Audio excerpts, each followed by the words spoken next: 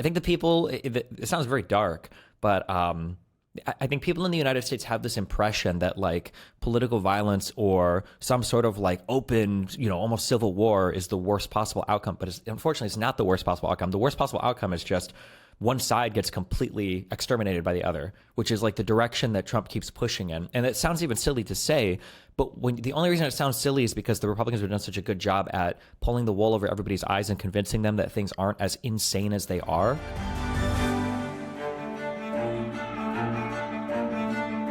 Hi, I'm Maddie, Hale, and welcome to the Trump Report. I'm delighted to say that I am joined by Steven Bonnell today, better known as Destiny. He is a popular YouTuber, so it's great to have him on our YouTube show. And just a reminder that you can watch us every day, Monday through Friday, on Times Radio's YouTube page, or you can stream us as a podcast wherever you get your podcast. Steven, thank you so much for joining the Trump Report today. Hey, thanks for having me. Steven, since Charlie Kirk's assassination last week, there has been so much discussion and conversation about political violence in the United States. Trump has recently slammed anyone who's been hating on Charlie's death and announced that there would be major investigations into groups of interest. He said that the problem is on the left, it's not on the right, like some people like to say. It's on the right. The problem we have is on the left. So we've seen a lot of political violence on both sides of politics over years and years and years. But as of late, do you agree? Do you think it's mostly been on the left, like he says?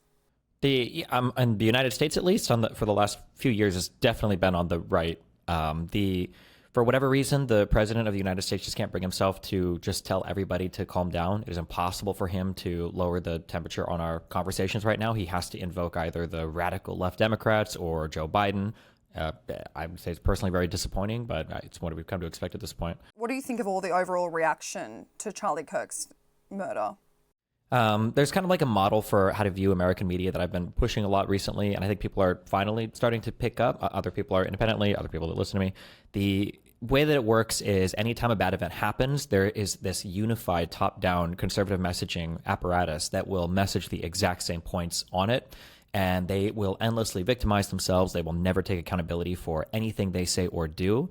And it's just this constant machine of outrage baiting and then expecting the left to kind of like bend over backwards to apologize for it, even if the shooter was right-leaning, and then they just move on to the next event. And what it basically does is it allows them to reap like an infinite amount of social reward, sympathy, political power from any tragedy, no matter what, and then never have to acknowledge their own faults or mistakes, so they never have to make any changes going forward. Do you see this changing gun culture in the United States at all? No. Wow. That's what a few guests have said to me as well. But so when you have such a public assassination like this, Steven, you would think that perhaps that would change things. But so many people say, no, absolutely not. So the thing is that it is the left that have obviously been calling for gun changes, gun regulations. Will this up their messaging at all, do you think? That's a whole separate conversation topic. For me personally, I don't know if you see my background, but I like guns. I think guns are cool. There's a couple issues. One is the Second Amendment is hard to change because it's part of our Constitution.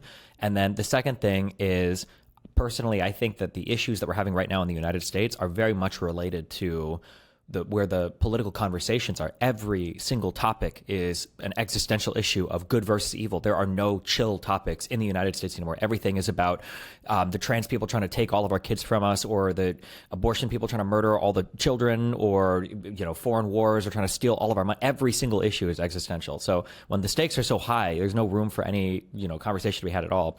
And then thirdly, the types of firearms that Democrats tend to focus on, the scary black rifles with the semi-automatic functions and everything else, whatever gun regulations you would have, I think this firearm that the kid used was, I think it was like a 30-06 Mauser single shot bolt action. Like these would be the exact types of guns that would probably be exempt from any kind of gun restriction that you place. So I don't think that this is the gun restriction conversation, although I think there's definitely times to have those conversations. I think right now it's like this is the political violence conversation. Yeah, and let's get into that. Do you at least acknowledge that on both sides of however you lean politically in the United States, there is an issue with not, I guess, letting the other side talk about what they think? No. I think there's a place to have that conversation. I think Democrats for too long, at least over the past decade, have done this thing where every time an event happens, they're supposed to be the adults in the room and they're supposed to disavow every bad thing that happens while the Republicans sit there and go, look, see, they're disavowing it. That's because it's their fault. I think the president of the United States needs to lead on this. I think that Democrats should demand that the president of the United States leads on this. I think that it is the most reasonable thing in the world to say, hey, we're totally ready to disavow everything and turn down the violence and tell people to chill, but you have to take point on this. You have to lead on this, because it's this weird backstab every time where all the Democrats come out, and they've done it again this time. You know, you've got Biden, Kamala, you've got Obama, you've got every large person in media. You just saw Dodd get fired from MSNBC for making what I don't even think was a controversial statement. And then meanwhile, on the Republican side, they want war with us. It's Civil War time. Trump has been on like 3 shows where the hosts have been teeing him up for the easiest disavowal answers ever, and he refuses to do it. The Republican president needs to take the lead on this. And if he doesn't, it's just driving us like further and further into a hole. How do you think he should have reacted then? I go out and I do a lot of live events. I'm a pretty divisive person. I'm a pretty bombastic person. If I watched a political opponent, a colleague, get killed on stage, and then my president came out and he started saying that people are looking for vengeance and they're all radicals and at least our radicalization is justified, I would leave the party. I'd be like, bro, you're going to get me killed. You are unironically insane for what you're saying. Like, I feel like I'm going to die when I go on stage next time. The fact that no Republican feels the need to call out Trump and to say like, hey, bro, maybe we should like bring it down a little bit. He has no pressure on him for doing that. No conservatives pressuring him. None of the mainstream media conservatives, none of the alternative media conservatives are saying anything like this. This is just unbelievable to me. There has to be some lowering of the temperature on the other side at some point ever. There has to be that at some point. But Stephen, is he doing that because he knows that caters to his audience? Yeah, but that's part of the problem. I think the people, it sounds very dark, but I think people in the United States have this impression that like political violence or some sort of like open, almost civil war is the worst possible outcome. But unfortunately, it's not the worst possible outcome. The worst possible outcome is just one side gets completely exterminated by the other, which is like the direction that Trump keeps pushing in. And it sounds even silly to say, but the only reason it sounds silly is because the Republicans have done such a good job at pulling the wool over everybody's eyes and convincing them that things aren't as insane as they are. But without getting into every single example, you have the president is on stage refusing to disavow the Proud Boys. He just says, stand back and stand by. You've got 2 of the largest, leaders of the Proud Boys, Biggs and Ontario, are literally on Parler saying, we hear you loud and clear. You've got a whole plan they have on January 6th to break into the Capitol. You've got them on the ground executing. You've got them executing their plan. You've got them in front of a jury and then convicted of seditious conspiracy afterwards. And then you've got Donald Trump coming into office and pardoning them and every other J6er. And every Republican walks away thinking that whole event was just either the feds doing it or it didn't even really happen. Like, when you're in that level of taking no accountability for anything, nothing will change. They're just going to keep driving it more and more and more. That's just an untenable environment. I think you can't sustain that. Is it a Trump administration issue, or is it a Republican issue, do you think? This lack of accountability, this thing that we can get away with anything? I think the Republicans have been building towards it for a few decades. And then I think that with Trump, I just think they had their Homelander moment where, he vaporized somebody with his eyeballs and he kind of looked around and realized everybody was still clapping. And it was like, oh, this is kind of the party that we've built. And this is the one that we're going to be able to go forward with. And yeah. Let's move on to what's happening this week. Stephen, Trump will arrive here in the UK tomorrow night to begin his state visit. This could be overshadowed by the fact that Peter Mandelson, who was sacked as the UK ambassador to Washington after emails surfaced showing that back in 2008, he was basically emailing Jeffrey Epstein to say that, you should fight for an early release when he was originally jailed. So this sacking is basically putting the Epstein stuff back in the limelight when Trump really wouldn't want this on his trip to the UK. So do you think this will overshadow his trip and reignite the Epstein scandal over his relationship? Nobody in America believes this. I don't know what the international viewpoint is, but the conservatives just 100% control what we talk about in the United States. And the conservatives have decided that we are done talking about Epstein. So I doubt anything much will come of it. This was one of the issues that they kind of drummed up the most excitement and drama on coming into office. Even when they were in office, there were kind of some cringe moments. Our attorney general handed out some binders to a bunch of influencers that came to the White House saying that these are the Epstein files part 1. And they drummed up a lot of excitement over this and literally nothing came of it. And then all the Republicans just decided it's time to move on. And so we just don't really talk about it much anymore at all. So who knows? Maybe this will, but I seriously doubt it. Well, Stephen, this is life in DC, right? A lot has happened in the week past since the Epstein birthday book was made public by the Oversight Committee. Trump, of course, denied it in the first few days when it all came to light.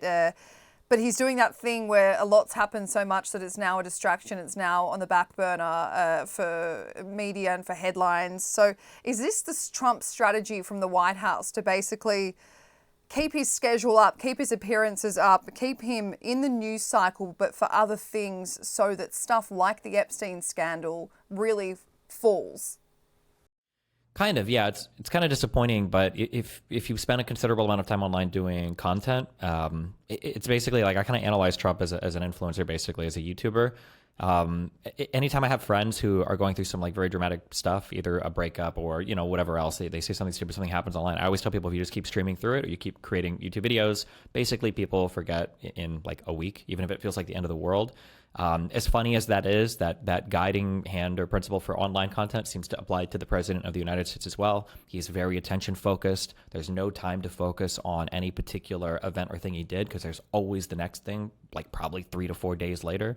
And yeah, it seems like he just keeps pushing forward people because the conservatives tell people to stop caring about it. The liberals don't want to keep talking about it because they don't want to be accused of having Trump derangement syndrome. So then we all just kind of move on to the next thing.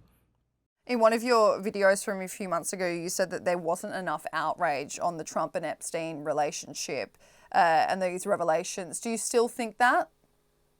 My position on this is very boring. I'm a very non-conspiratorial person. I read the whole FBI report when it came out. I don't think there was a huge Epstein conspiracy. I don't think that there was any grand like client list.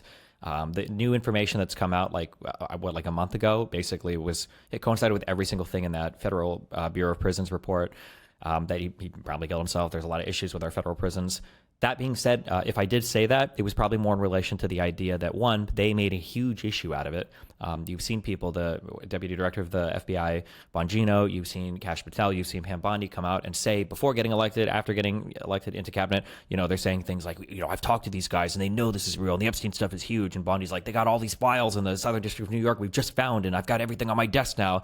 And then absolutely nothing. It evaporated. And it's like, okay, well, you guys sold this so hard and the Republicans are the kings of seeing constellations with 2 stars. And, these guys will draw connections between, like, it was like one email from Podesta ordering a ton of sandwiches made them convinced that there was a child pedophile cult rape ring that Hillary Clinton and everyone else was involved in and that Hunter Biden was involved with the reason. They'll believe these things off of one line of text. And then meanwhile, we've got Donald Trump, who apparently is single-handedly keeping Hallmark in business with the amount of cards he's sending to this Epstein dude. And then every other, way that you can tie these two people together, could you imagine if on YouTube there was a video where Epstein was saying, oh, Joe Biden, that guy's been my best friend for 10 years. We'd never hear the end of it. But because it's Donald Trump, I don't even know if half of America knows that phone call exists. It's outrageous how much they can play into every other conspiracy and downplay everything else on their side. So you don't think there's an Epstein client list?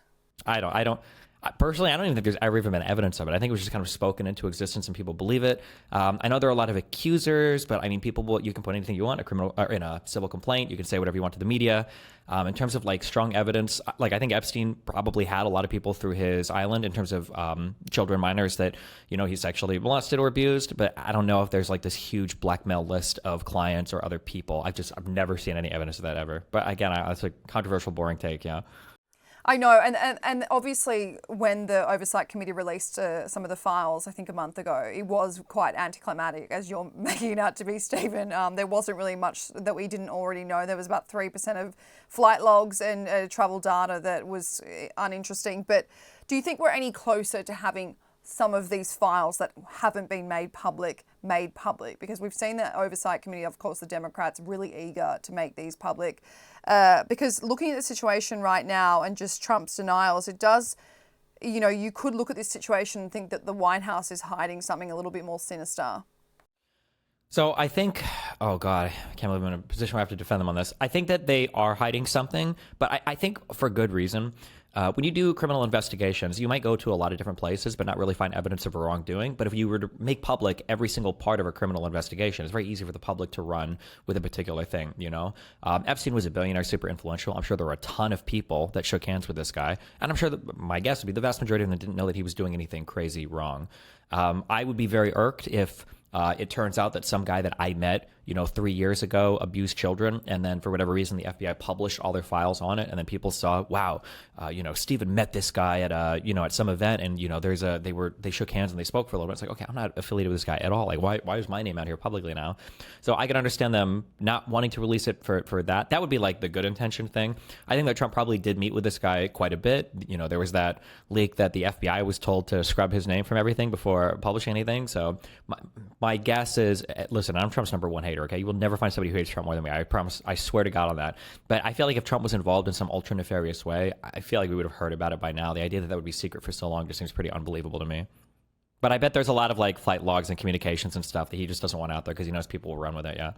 Of course, and the problem with this Epstein files is that, you could take one thing and run with it, and that's not just about Donald Trump, that's about numerous millionaires who had interactions with Jeffrey Epstein, and we can really jump to conclusions, even though it might not be anything nefarious. But say these Epstein files, extra files, are released by the committee, and they do show meetings or even encounters that Donald Trump had with Jeffrey Epstein, but it doesn't prove that he did anything incriminating, doesn't prove that he knew what Jeffrey Epstein and Ghislaine Maxwell were doing. What happens to Trump? Because that makes it look like he's at least being lying about any sort of relationship he had. The Republicans possessed the I don't remember which Infinity Stone it was, the Reality Stone or whatever. Reality is whatever they want it to be. I don't think it matters. Trump can lie about anything. There might be like 7 Republicans that leave the party if they find out that he lied about something. I think the rest would be upset that he didn't choose their kid. The Republican Party in the United States is absolutely unhinged. I don't know if you have an idea how horrible it is over here right now, but they can speak whatever they want into existence. The fact that Trump might have been lying about something, this guy changes. It's impossible to put into words how. For example, there was an interview that Trump gave outside of an airplane or a helicopter, because apparently half of his interviews are with a screaming helicopter airplane in the background, where he's talking to the media and he just says, like, there's a thing you would never say. This is a thing you would take the fifth on. They ask him about, I think it's a girl who killed herself, I want to say this year or last year, related to Epstein. They ask him about this girl, like, oh, was it true that Jeffrey Epstein was taking people from Mar-a-Lago? And Trump starts the answer like Kanye, like, I'm not going to say anything about that. I don't want to say anything in particular. And then by the end of the sentence, he's like, yeah, he was taking girls from Mar-a-Lago, and he took one, and we told him, hey, you gotta cut this out. And, when he took a second one, we decided to ban him. I was like, Jesus Christ, why would you even admit this? But, like, this didn't get any airplay, no media, nobody cared. Like, it's just, like, it's insane. And he even says the name of the girl who recently died. He was like, I think she came from the Mar-a-Lago spa or whatever. I was like, that's insane. Why would you say this openly? But, yeah, nobody cares over here. Yeah. He was talking about Virginia Giuffre, and he was talking about how Epstein had been poaching staff from Mar-a-Lago, and that was one of the reasons why they had a falling out. And it was a real shock revelation, because it was said in such a nonchalant manner when he'd said he'd had really no interaction, then said, oh, wait, no, I had to stop him from poaching all my staff from Mar-a-Lago because it was the greatest hotel and blah, blah, blah. But let me rephrase my question, Steven. How do you think, not so much Republican Party members, but how do you think Americans will react if it comes out that he was blatantly lying and that he did have more to do with Epstein, even if it's not criminal? I don't know. I mean, maybe they'll care. It's hard to say. Like, if you would have asked anybody a year ago, they would say that, like, Epstein was one of the largest cornerstones of American, like, cultural interest, I would say, about the president and everything else. And it really has fallen off a cliff over the past month or so. Like, we just don't talk about it anymore, especially, like, who's to say how many other media events might happen between now and, December 31st, before even the end of the year. You're right. I mean, there's so much to pack into his calendar that this will get swept away. But I mean, a guest that came on this show with my colleague the other day, he said that if it comes out that these files were real and that Trump did have an affiliation, a relationship with Epstein, more of a relationship that he's ever led on, that he would resign. Whoever it is should continue their career in comedy, because that's the funniest thing I've ever heard in my life. There's no world where Trump ever resigns from the presidency. That would just never, ever happen. This guy was at the Walter Reed Hospital for 4 days, like almost dying of COVID, and he didn't hand over the keys to Pence at the time. Like, there's no world where Trump ever resigns. They would have to drag him out of the White House, literally kicking and screaming. Or change the Constitution if he wants another 4 years. But Let's move on to kind of what's been happening between Russia and Donald Trump. Trump said on Sunday he finally acknowledged that Russia was the aggressor in the war. He told reporters that 8,000 soldiers have died this week from both countries, some from Russia, but when you're the aggressor, you lose more. Now, obviously, Stephen, it's hard to predict Trump's, his, I guess, allegiance to which country he swings in roundabouts, but it seems right now he's on Ukraine's side and he's finally acknowledged that Putin has been taking him for a ride. Do you think that he knows that? It's possible. I always said that if Ukrainians were serious about winning the war, they just need to build giant statues of Trump on the front lines and record them 24/7. Because if any of them get blown up by Putin, that would be the thing that would invigorate him to get more involved. Trump, at the end of the day, I don't think he's like a Russian asset or guided by some crazy conspiracy. I think he's an insanely fragile, narcissistic kind of personality type. And I think that getting played by Putin over and over and over again, I think is probably making him feel stupid and feel kind of abused. And so, he'll at least give lip service to the Ukrainian side. Now, will he ever actually, spring for supporting anything? I don't know. It takes more political will. And I don't know. I have no idea where his mind is at on that. I do know that he could literally speak into existence a fully armed Ukraine tomorrow if he were to take a side on it, because I think Democrats are generally willing to go along with it and Republicans will literally follow Trump to the end of the earth. But I don't know. Yeah, his mind changes every day on stuff depending on who the last person he spoke to was. Well, we've been waiting for these sanctions to come to light. He's obviously, we haven't really had much updates since the Alaska summit. It really fell flat. We've had no discussion from Putin whether he's actually going to meet Zelensky. He's ignored that as well. And then he went to China and flaunted his relationship with North Korea and China. So, but then he said over the weekend that he's ready to do major sanctions on Russia. But once NATO countries agree to do the same, and once the NATO countries that are still buying Russian oil stop, so that's Turkey, Slovakia and Hungary. But it's been back and forth for these sanctions for a while now, Stephen. Do you think it's likely that Trump will actually be a man of his word and implement these? Trump is I don't know if you've ever had a flaky friend. This is absolutely me. Where you ask a friend hey, do you want to hang out on Friday? And the friend is like, Friday, that would be fun. And you're like, okay, cool. Do you want to meet me at whatever restaurant? It's like, I've been there before. I think it's pretty good. And you're like, okay, cool. Am I going to see you there? And it's like, depending on how late, I might be able to show up. Right? Trump is that guy. Will anything happen? I have no idea. I don't know if if you guys have picked up on it yet. We figured this out in America. Trump is always on this infinite 2-week time delay where, things will happen in 2 weeks, and a couple weeks we'll see what happens. I've heard we've gone back and forth on these tariffs with everybody so many times. And, apparently Zelensky and Putin are perpetually a couple weeks away from figuring out some deal. I have no idea if this will be the time he does. One of the things that makes it so difficult to predict for Trump is that politics, especially international politics, are very complicated, and the man's mind is very simple. So he doesn't have a grand vision or a grand ideology guiding him. It's really just whoever pissed him off last. And so it's hard to predict at any point in time where things are going. He kind of prefers the status quo, I think, because Ukraine is likely on the losing side of this war, and he doesn't want to back anybody that doesn't seem like a clear and obvious winner. I think that's why he throws his weight behind Israel so much, because it's easier, because it's not there's not as much risk that they might lose on that side. But I mean, if Putin keeps upping attacks and it looks really bad for him and he feels like he's getting slighted, who knows? Maybe he does involve himself more. Do you think he's doubting his abilities to get a deal over the line at the least? Trump's self-perception is very hard for me to understand. I don't know what he thinks of himself. It's very hard. I would say in his position, it's very obvious that he we call him a deal maker and everything in the United States, but he really is not at all. If you ask anybody, what deals does Trump make? He doesn't really make any of them. There was one deal that he could kind of maybe brag about, but not really. We had this big trade agreement between us, Mexico, and Canada called NAFTA, and he kind of changed that to the U.S., Mexico, Canada trade agreement, but now he's blowing all of that up with tariffs. So I don't know if he actually thinks he's a good deal maker and he can make these or not. I think he was a better TV star when he was on The Apprentice. That seems to be the role that he excels in. And right now, that's still true. He's in front of the camera. But in terms of crafting any actual deals, it's been, what was it, 90 days and 90 deals in 90 days. And right now we're, I think, at 0 in however many days. So, who knows? He does love the camera, and he does love being in front of the media. But Steven Bonnell, thank you so much for joining the Trump Report today. Yeah, thanks for having me.